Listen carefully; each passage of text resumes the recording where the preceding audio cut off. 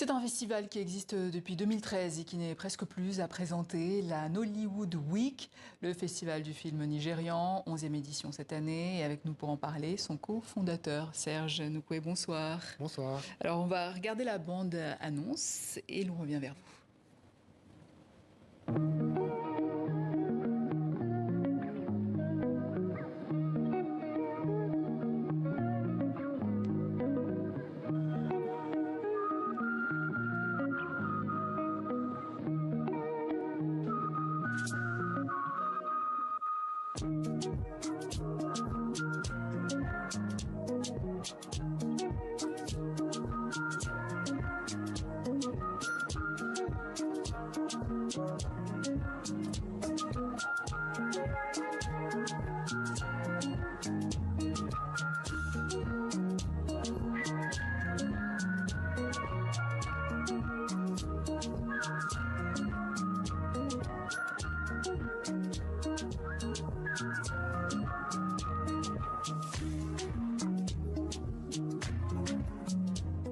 Voilà pour la bande-annonce. J'imagine que vous les avez tous visionnés, les films. Oui, et puis tous ces films-là, enfin, la plupart d'entre eux, on peut les voir dans cette bande-annonce. Donc c'est une bande-annonce. La plupart, donc voilà. une trentaine de films.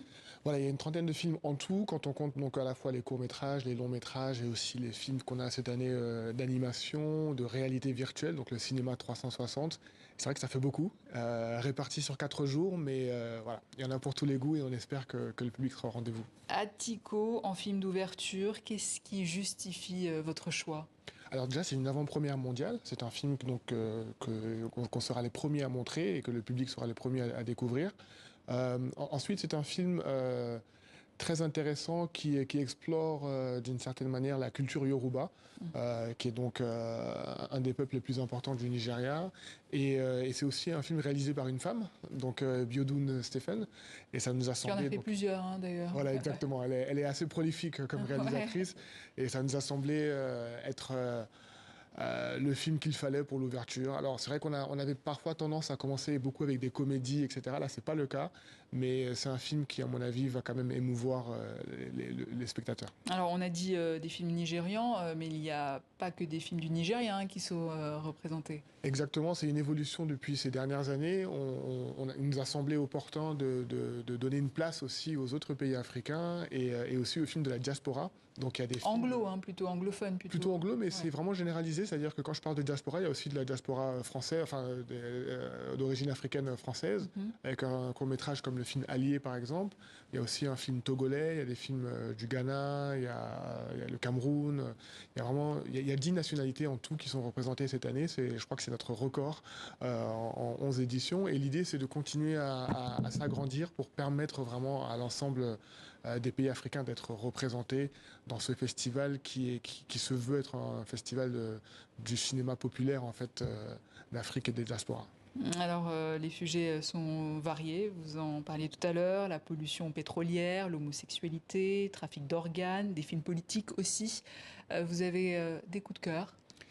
Alors, toutes ces thématiques, c'est vrai elles font écho à l'actualité, qui est une actualité, on a pu le voir dans ce journal, qui est pas toujours souriante, mais pour nous, c'est aussi important quand même que l'ensemble des films qu'on choisit, qu'il y ait aussi une touche légère, et il y a aussi de la comédie. Donc malgré ce décor un petit peu lourd, on va dire. Hein, avec les filles de Chibok, par exemple. Voilà, notamment qui... Chibok. Et donc là, en ce qui concerne les filles de Chibok, c'est le 10e anniversaire, un triste anniversaire évidemment de cet enlèvement qui a eu lieu en 2014.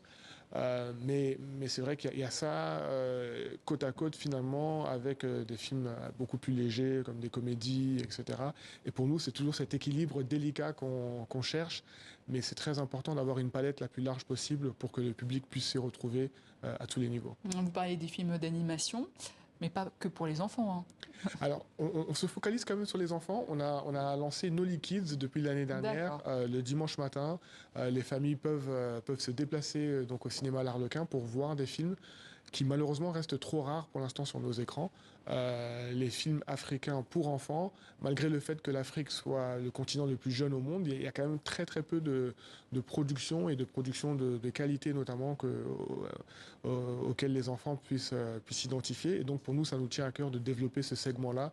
Et à l'avenir, on sera amené à montrer encore plus de films d'animation à destination des enfants. Alors, vous disiez aussi qu'il y a des films en réalité virtuelle, d'autres utilisant l'intelligence artificielle. Concrètement, ça se passe comment? Alors l'intelligence artificielle, en fait, c'est plus l'idée, c'est d'en discuter. Donc, au-delà des projections, nous avons également des masterclass, des panels, etc. Et l'intelligence artificielle est aujourd'hui un sujet d'actualité, évidemment. Quel sera l'impact de cette avancée technologique sur le cinéma en Afrique et ailleurs? C'est les sujets qu'on va avoir pendant le festival. Mais à vrai dire, l'intelligence artificielle, elle a été utilisée par exemple pour l'affiche que vous pouvez voir. Donc c'est pas une vraie femme que vous pouvez voir, mais c'est une femme qui a été...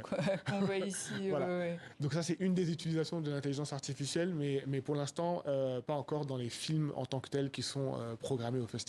D'accord. Et en réalité virtuelle, comment ça se passe, comment ça fonctionne? En réalité virtuelle, on a donc des films qu'on va donc voir avec un casque. Donc ça c'est une belle expérience aussi, puisque on amène le public sur le grand écran. Et là maintenant, on va les amener à vivre le cinéma autrement, avec ce cinéma immersif qui permet vraiment donc ce qu'on appelle le cinéma 360, d'être complètement à l'intérieur de l'histoire.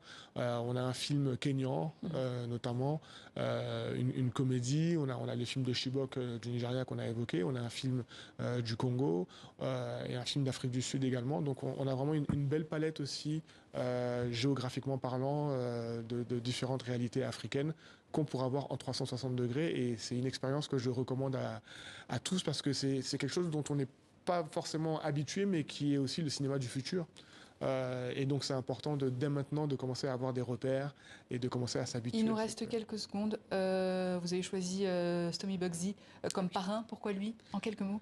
Parce que c'est un acteur engagé pour le rayonnement de l'Afrique de manière générale, et donc très proche finalement de cette énergie qu'apporte Nollywood. La 11e édition de la Nollywood Week à Paris, c'est du 2 au 5 mai prochain, donc au cinéma L'Arlequin à Paris. Merci Serge Nokoé. Merci à vous.